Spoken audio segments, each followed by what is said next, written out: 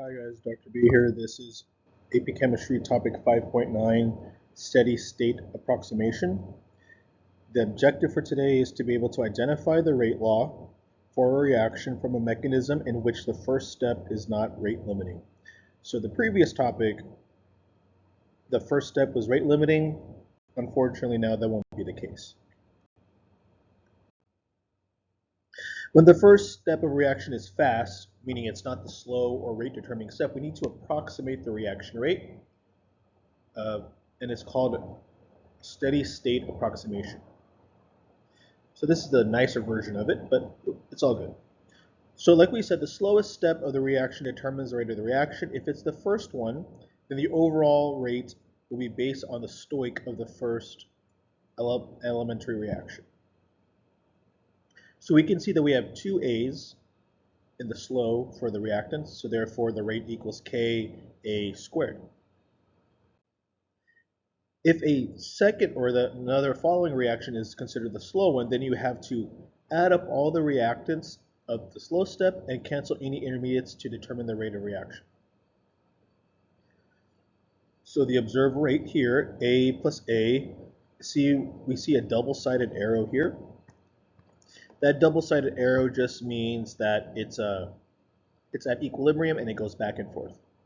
B plus C producing D, the second step, is a slow step. It's irreversible. In cases where the slow step isn't the first one, you have to write the rate law that is predicted by the rate determining step, if it may contain any reaction intermediates. However, an immediate step should not appear in the overall reaction equation, therefore it should not appear in the rate law for the reaction. To solve this problem, we can express the concentration of the intermediates in terms of the reactants and substitute. If you look at the first step, the reaction is fast, which means that B is quickly formed and starts to accumulate. As the B increases, some of the B reacts and reforms the reactants. This is called an equilibrium reaction, and therefore it's designated with the double-headed arrow.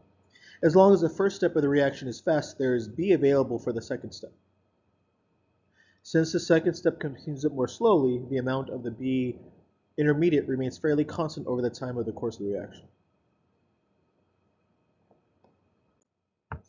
First, we need to be sure that the mechanism is valid. To do that, we will add the two equations together and we'll cancel out the intermediates. So we end up with the observed rate of Ka squared times C. Since the second step is rate limiting, we can write the law for that step as K2, because it's the second one, times B times C. However, B is considered an intermediate, so we must substitute it so it's not in the rate law. And we do that by actually using it's kind of like it equals to it, right? So at equilibrium, the rate forward equals a rate reverse. So you're going to use the equation that's going to be in equilibrium. We can assume that your K constant, your rate constant, is going to be K1, and the second the second one is K2. However, if it's going back in the other direction, it's K minus 1. This just means it's the opposite. So what that means for us, when we're looking at the rate forward equals the rate reverse, which is why that K is negative, you can set it equal to each other right here. Then you're going to solve for B, because what you want to do with that B is actually plug it in to the original.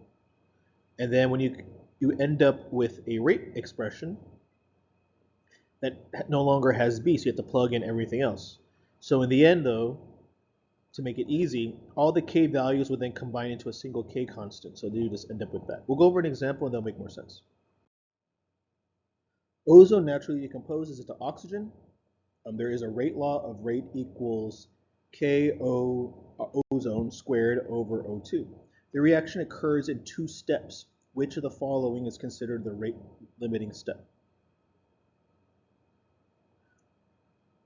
So you provided with the two steps, you got to figure out which one is the rate limiting one. Show that the rate law for the slow step agrees with the experimentally observed rate law.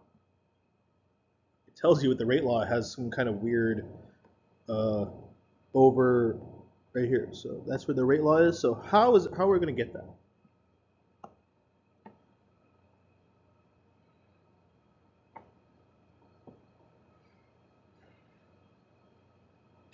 So the best way to think about it, I don't know if you heard that, my bad. It occurs in 2 steps, which is the rate one. So of the 2 steps, step 2 is the rate determining step, or rate limiting step, because the first one is in equilibrium. If it was the first step,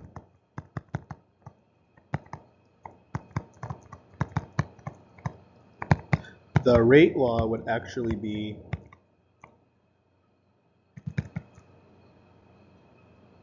rate equals K03 squared. So it can't be the rate law. It cannot be the rate determining step. Show that the rate law for the slow step agrees with the experimentally observed rate law. So how do we do that? So if we're saying that the rate law, or the rate determining step is going to be the second one, that means the rate equals K2 because it's the second one, which it tells you right there. And then it's O times O3.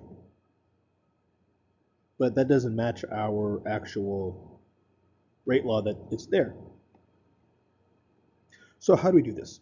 We're going to use the equation that's in equilibrium, and we're going to kind of set it equal to each other, so to speak. So K1 of O3, the forward equals the inverse, the reverse reaction. So you'll notice that I'm actually going to now substitute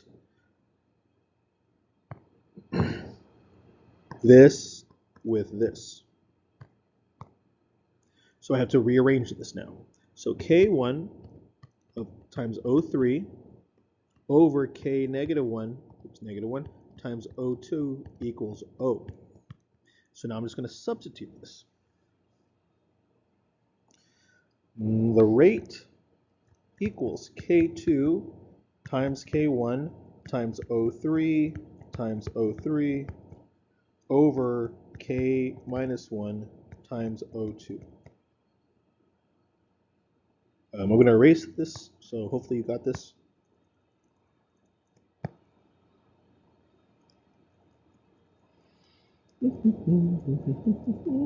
Okay. So then, now I'm going to simplify this. Rate equals K O3 squared over O2, which matches our observed rate law.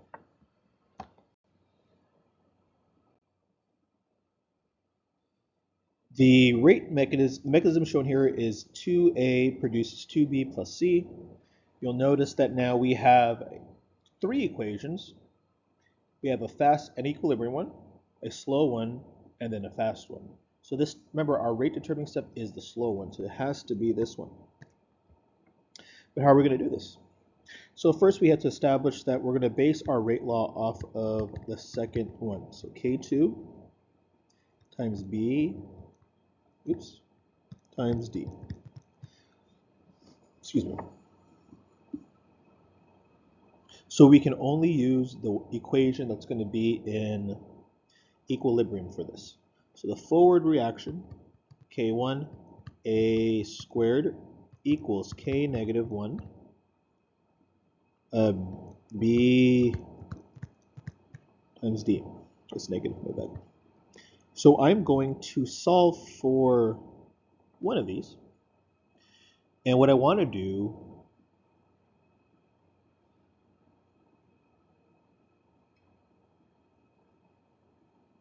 is actually solve for B times D, sort of.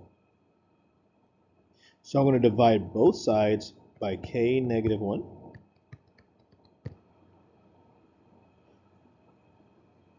So this cancels out. I'm going to just plug all of this, plug all of this into here. It's kind of crazy, actually, if you think about it. So that means my rate equals K2 times K1, oops, K, we're doing that, Ki, A squared over K minus 1. Oh, I got rid of that actually. Yeah, so K minus 1. So all that rate, all that K becomes K then A squared, which matches, our reaction. All right, gentlemen, so that's it. If you have any questions, please let me know. Thanks.